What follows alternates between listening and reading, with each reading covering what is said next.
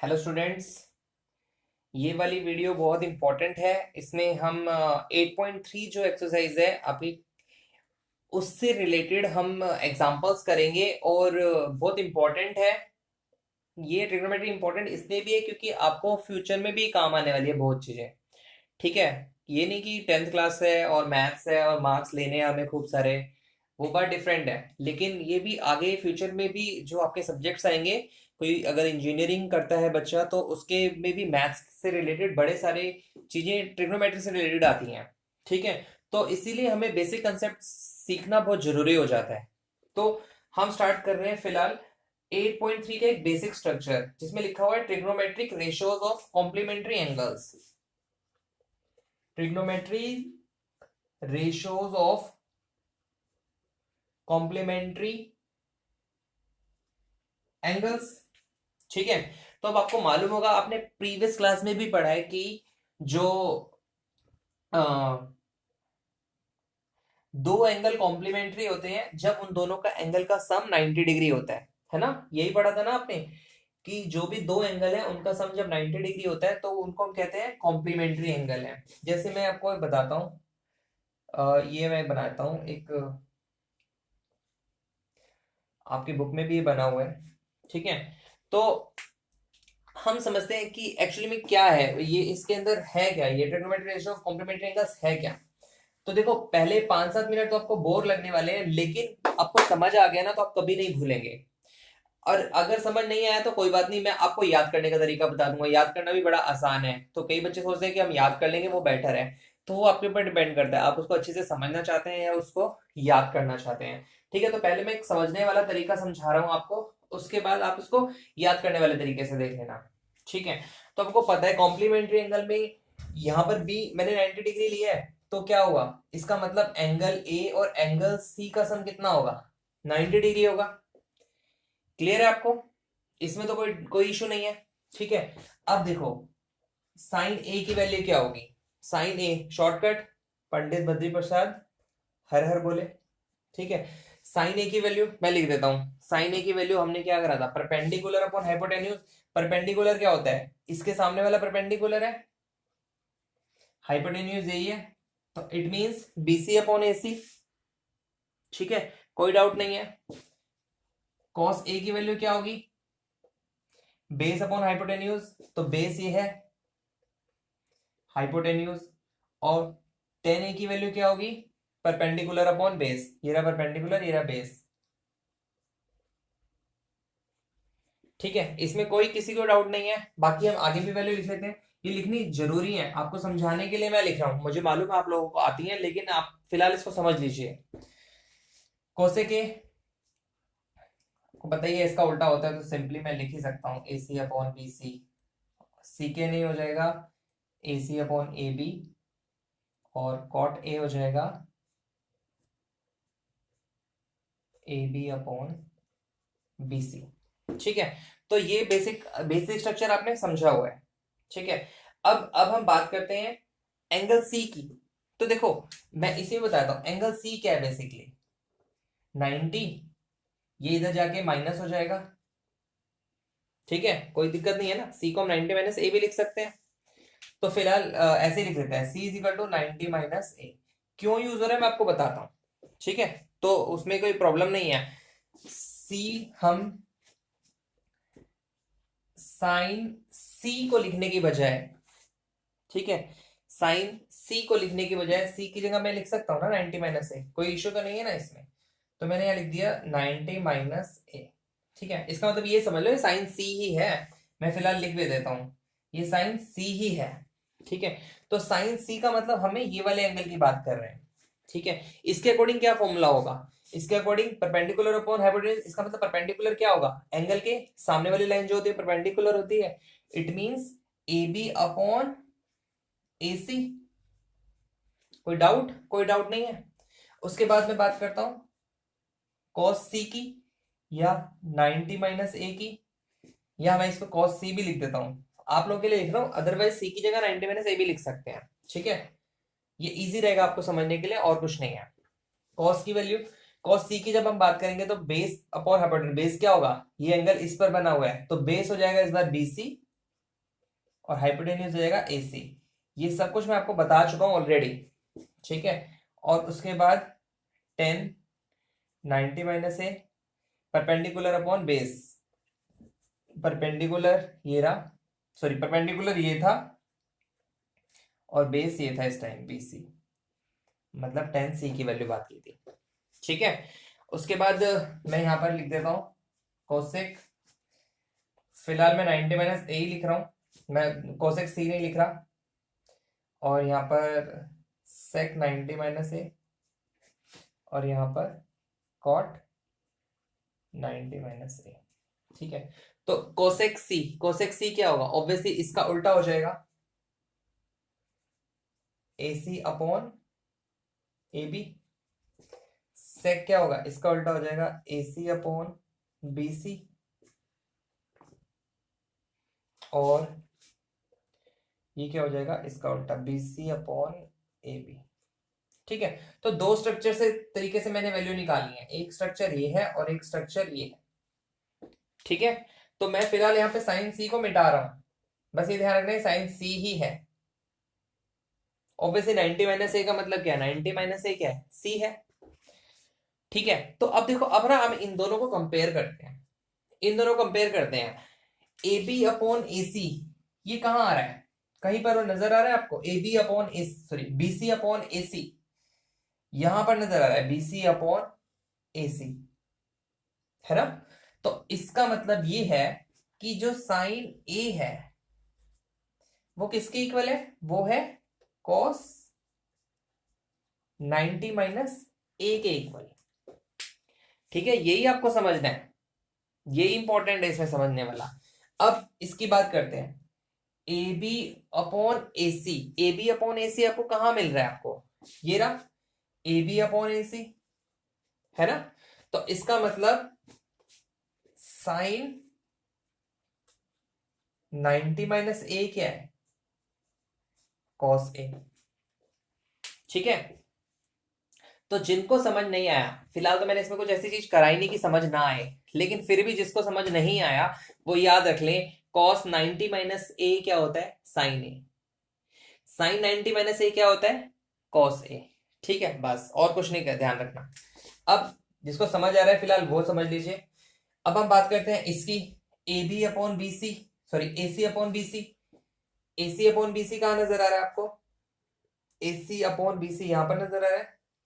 इसका मतलब cosec A जो होता है वो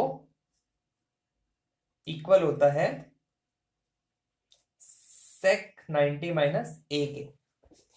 और इसी का उल्टा करें तो हम AC अपॉन AB का है, ये रहा AC अपॉन AB, इसका मतलब सेक A जो होता है वो किसके बराबर होता है, कोसेक 90 माइनस ए के।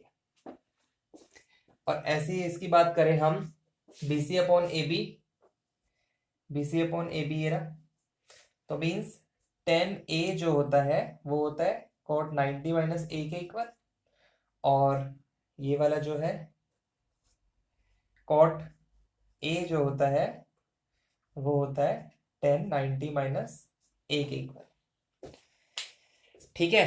अब या तो इसको याद कर लो या इसको समझ लो, ठीक है। याद करने वाली चीजें केवल लास्ट की दो हैं, तो जिनको समझ आ गया या तो उनको भी करना ही पड़ेगा। तो मैं इसको मिटा के मैं एक बार और क्लियर तरीके से लिख देता हूं ताकि आपको और मतलब मुश्किल ना हो, ठीक है।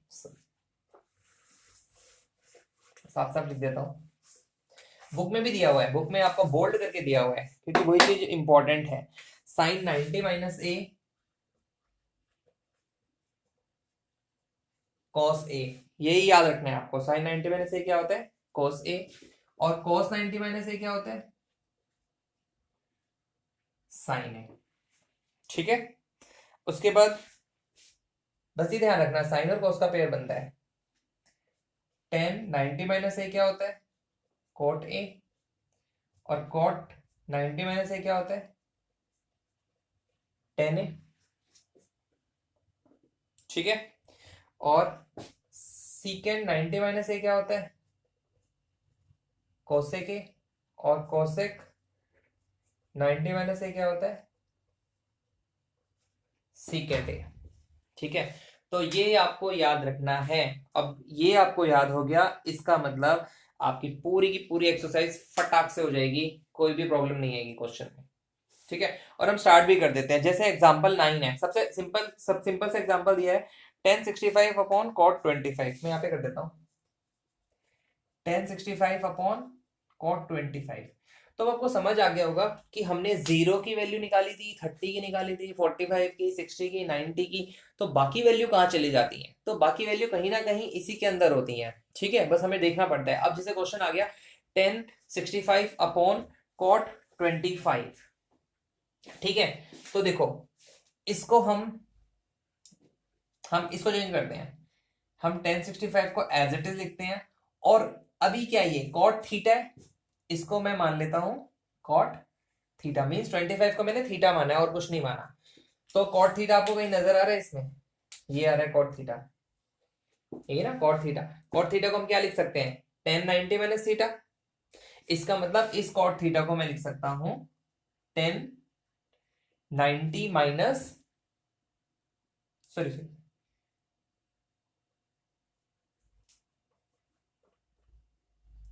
इसको हम लिख सकते हैं cot 90 माइनस थीटा 65। यस, आप ऐसे समझ लीजिए। देखो ये 25 है ना, मैंने कुछ नहीं करा।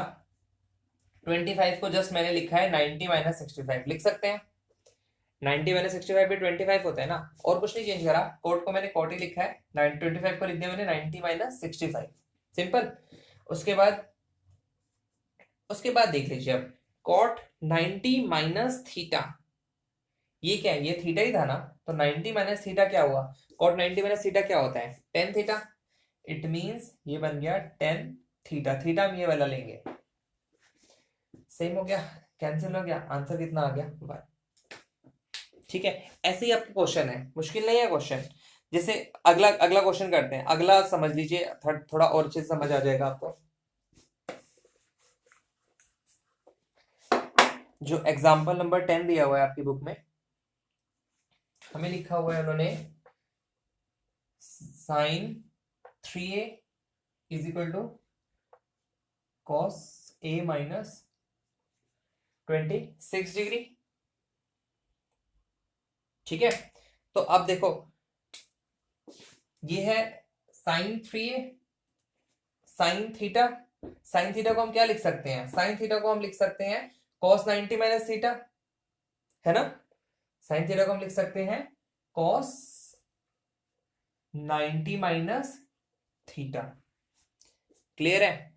कुछ नहीं करा, साइन थीटा को हमने लिखा कॉस, ये वाला साइन थीटा ये है 3a, तो इसको हमने लिखा कॉस 90 माइनस थीटा।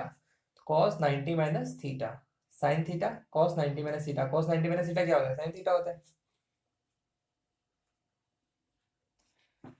ठीक है, सिंपल। अब कॉस थीटा ये है, ये भी कॉस थीटा है, तो इक्वल है दोनों। तो इसका मतलब हम इसको ऐसे लिख सकते हैं 90 minus 3a is equal to a minus 26। मान लो ये कॉस से कॉस कैंसिल हो गया। वैसे कॉस से कॉस कैंसिल नहीं होता, जस्ट ये है, ये भी कॉस थीटा है, ये भी कॉस थीटा है, तो जो थीटा की वैल्यू है वो भी थीटा की वैल्यू है, तो दोनों की थीटा की वैल्यू हमने इक्वल कर दी और इसको हमने सॉल्व कर लिया। ये 26 इधर आ गया, प्लस हो गया, और 3 इधर चला गया, प्लस हो जाएगा। तो a की वैल्यू कितनी आ गई? 29। a की वैल्यू 29 आ गई, और हमसे क्या पूछा था? Find the value of a। a की वैल्यू भी पूछी थी हमसे, और हमें इसके अंदर एक चीज और बताई थी, जो 3a है वो एक्यूट एंगल है। वो हम चेक कर लेते हैं 3a क्या एक्यूट एंगल आ रहा है। तो a की वैल्यू 29 पुट करेंगे तो टोटल 87 आता है। यस, एक्यूट एंगल ही आ रहा है, इसका मतलब ये हमने क्वेश्चन करेक्ट किया। ठीक है, नेक्स्ट इसका थर्ड एग्जांपल, एग्जांपल नंबर 3।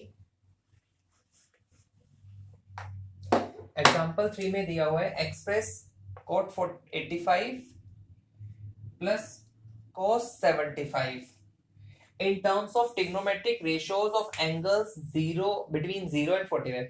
मतलब ये है कि हमें यहाँ पर ऐसी टर्म लिखनी है जिसमें हमारा 0 से लेके 45 के बीच में ही वैल्यू है। अभी तो यहाँ पे 85 और 75 आ रही है ना, तो हमें 0 से 45 के बीच में लिखना है। तो बस इसमें भी कुछ मुश्किल थोड़ना है, कोई मुश्किल नहीं है। इसको हम क्या लिख सकते हैं, 85 को 90 माइनस 5 लिख सकते हैं। पहली चीज 95 90 माइनस 5 लिख सकते हैं ना, क्योंकि इसका मतलब क्या होता है, 85 ही तो होता है। और इसको हम क्या लिख सकते हैं, 90 माइनस 15, ये भी लिख सकते हैं। ठीक है, लिख सकते हैं। तो अब cot 90 माइनस थीटा क्या होता है, tan theta.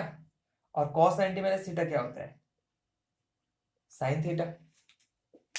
cot 90 minus theta tan theta, ये ना cot वाला, cot 90 minus theta tan theta, theta ये है तो यही tan थीटा 5। ऐसी cos 90 minus theta sin theta 5। तो इसका मतलब मैंने इनको 85 को 75 को 0 और 45 के बीच में कर दिया है ना, यही बोला था हमसे क्वेश्चन के अंदर। Express cot 85 degree plus cos 75 degree, ये हम कर रहे थे एग्जांपल नंबर 3। ठीक है, एग्जांपल नंबर 11, सॉरी नॉट 3, आज का 3 था लेकिन एग्जांपल नंबर 11। ठीक है, क्लियर हो गया होगा आपको। अब हम ना नेक्स्ट वीडियो में करेंगे आपकी एक्सरसाइज नंबर 8.3, बहुत इजी है और इसी के ऊपर बेस है, तो आपको समझ में भी आ जाएगा, कोई मुश्किल नहीं होगी उसमें। ठीक है, तो हम मिलते हैं नेक्स्ट एक्सरसाइज में, एक्सरसाइज नंबर 8.3। Thank you.